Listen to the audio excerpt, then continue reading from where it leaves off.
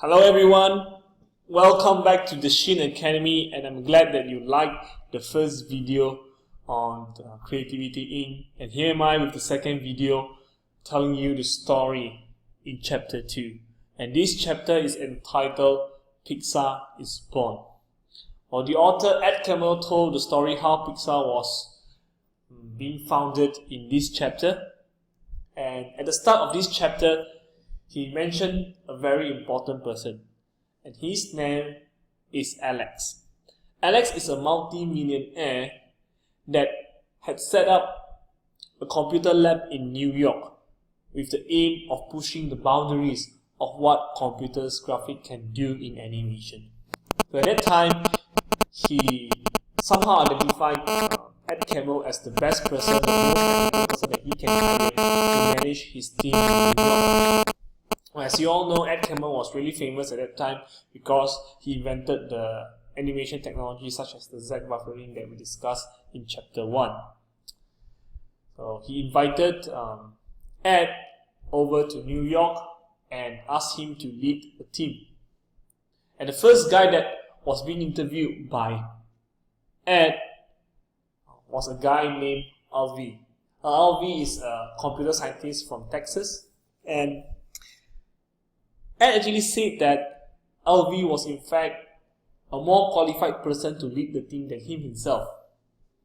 In the book, he mentioned that he took a risk by hiring LV because that guy might be the guy that was going to replace him in the next few years. But he said that as a manager, you should always hire people that is smarter than you. You should take that risk because this is how a team can progress forward. So with LV and Ed in charge, the team managed to attract more talents and develop more ways of achieving greater computer animation.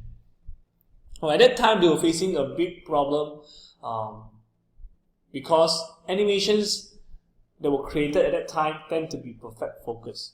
Well, as you all know, the animations that we are watching now has the blur effect when an object is moving fast. Well, normal films do not have this problem because it created a false effect of a blur effect when an object is moving really fast towards the lens.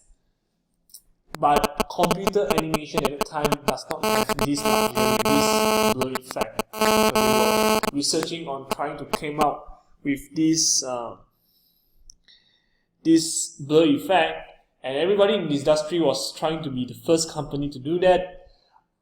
They were very secretive, but Ed and LV were doing the opposite. They were sharing their knowledge in conferences, and that has led to the development of this blur effect in the end.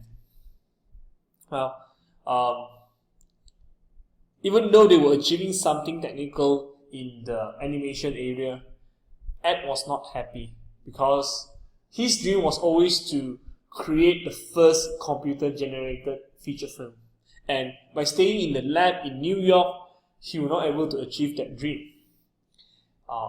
But he was lucky because at that time, there was this guy named George Lucas, the founder of Lucasfilm. I'm sure all of you know who George Lucas is. He was the director of the first Star Wars film. At that time, Star Wars was really popular, and George, as you all know, has an interest in creating special effects for his film. So he looked up at Ed and LV, and he actually set up an interview to talk to them. And at that time, they were really searching for more talents in the computer graphics and computer animation area. And the first question that was being asked by George's assistants to Ed was, who else should George hire in this industry besides you? And Ed successfully passed that interview, and he was being pushed to be in charge of Lucasfilm. He was a manager in Lucasfilm, and at that time, Ed mentioned that he was facing one of his biggest crises in his career. Managing at Lucasfilm was really tough because those people, despite them achieving something special in the film, creating special effects and those modern effects that you see in the film, were very reluctant to change.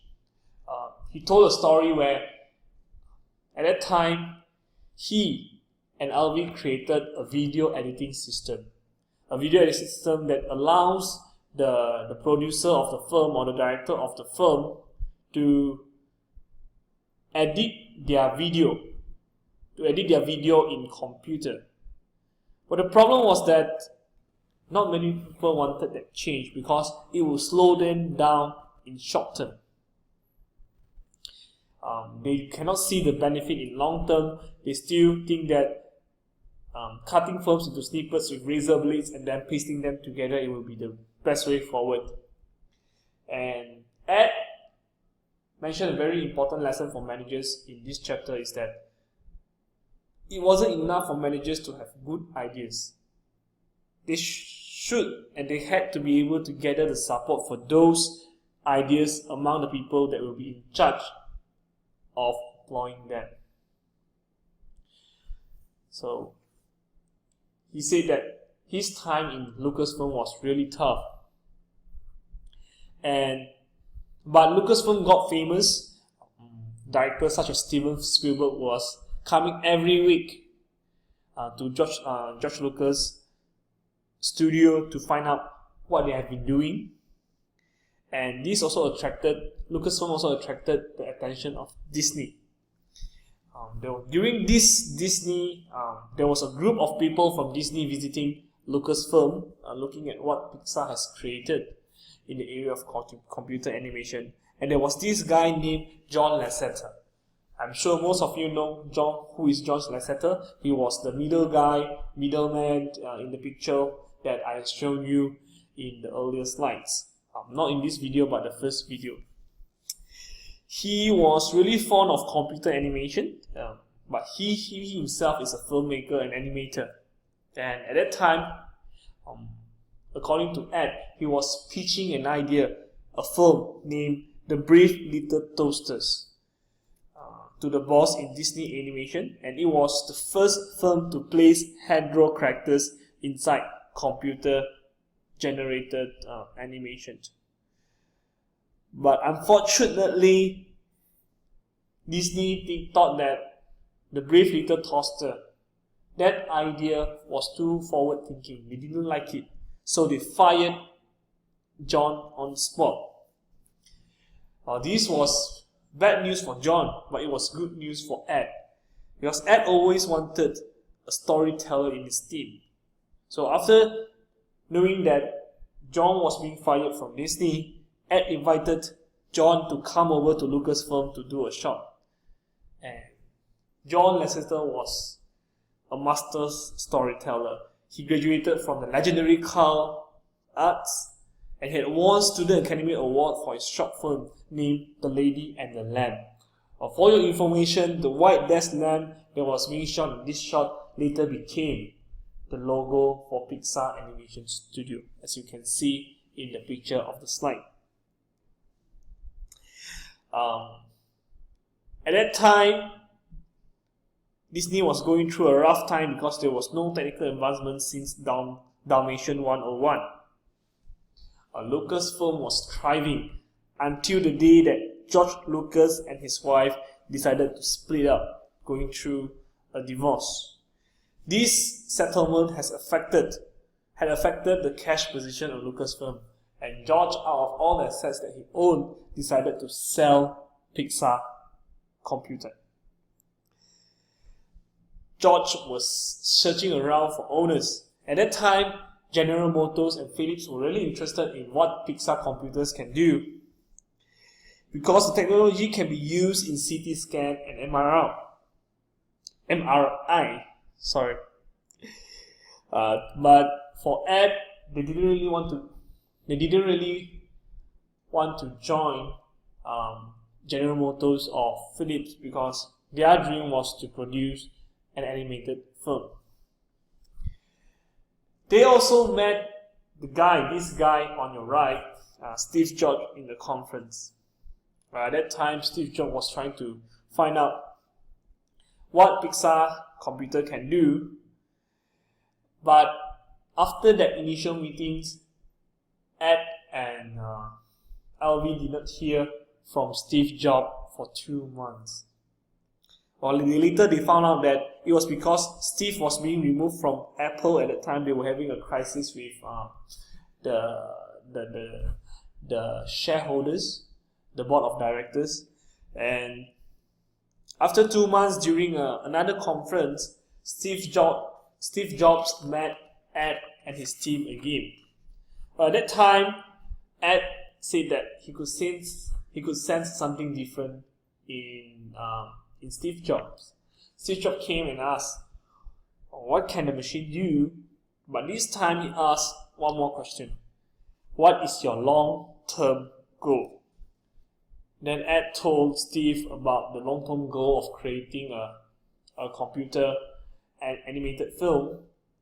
And Steve mentioned that his initial goal was to use Pixar to build the next generation of computers to compete with Apple.